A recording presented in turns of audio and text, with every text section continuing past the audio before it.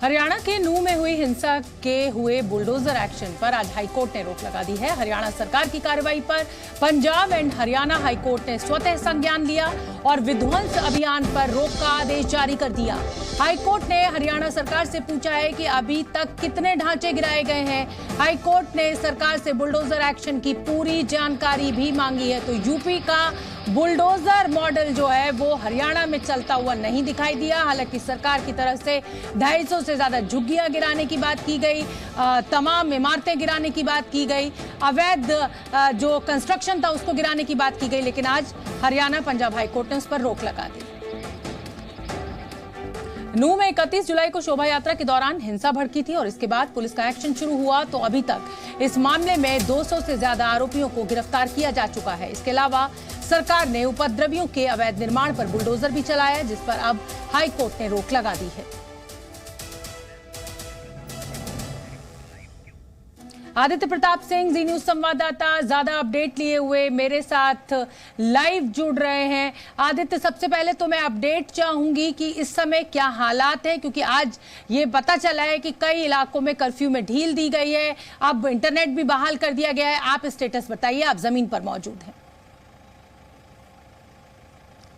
बिल्कुल शोभना, आज जब बुलडोजर कार्रवाई रुकी तो कहीं ना कहीं एक जो बड़ी बिल्डिंग जिसकी तस्वीर कल हम शाम से लगातार दिखा रहे थे, ये पीछे कजारिया टाइल्स की बिल्डिंग थी। ये वो आखिरी बिल्डिंग थी जिस पे कार्रवाई जो थी वो चल रही थी।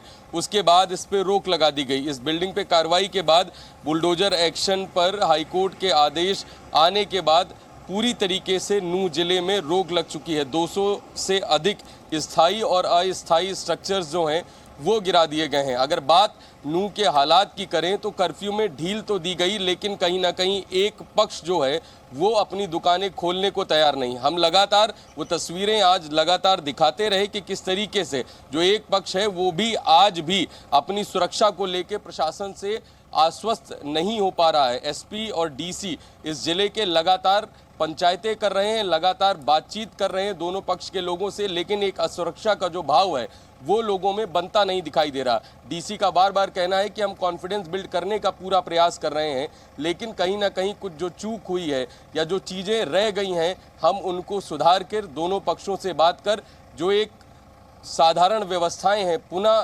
तरीके से संचालित हों उनके लिए प्रयास कर रहे हैं। और बुलडोजर एक्शन बंद होने के बाद कहीं ना कहीं जो लोग इस चीज़ से डरे हुए थे उनको एक राहत की सांस मिली हुई है। कई बड़ी बड़ी बिल्डिंग्स नूंह शहर में ही जो गिराई गई उनको लेके कई लोग कोर्ट की तरफ मूव करना चाहते थे, लेकिन बुलडोजर एक्शन इतनी तेज था कि जब तक किसी भी क्रिया की प्रतिक्रिया होती तब तक बुलडोजर यहाँ पर कई बिल्डिंग गिरा चुका था। जी शोभना, बहुत बहुत धन्यवाद आदित्य आपका इस अपडेट के लिए।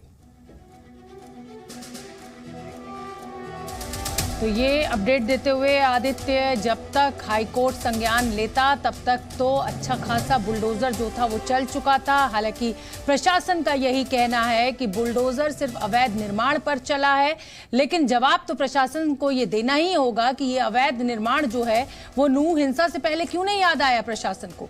सालों से अगर यहाँ रोहिंग्या मुसलमान बस रहे थे तो ये प्रशासन को क्यों नहीं दिखा। दंगे भड़कते ही प्रशासन को याद आ गया कि ये रोहिंग्या मुसलमान है और ये अवैध रूप से यहाँ पर बसे हुए हैं।